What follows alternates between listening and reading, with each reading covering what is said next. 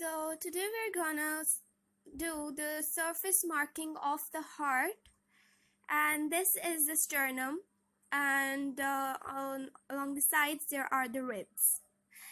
The upper border of the heart is between the second and third rib. As you can see, the first point is on the second rib and the second point is on the third rib. When we join them, we get the upper border.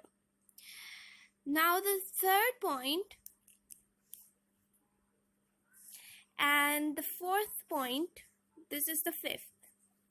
Now the third point is in the fourth intercostal space, and the third point is in fourth intercostal space, and the fourth point is on the sixth rib.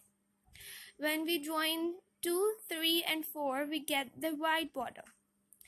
And when we join the fourth and the fifth point, the fifth point is in the fifth intercostal space, which is also the apex of the heart.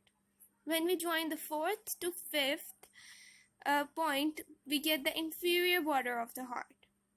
Now, when we join one point to the fifth point, we get the left border of the heart. And this here is the atrioventricular groove,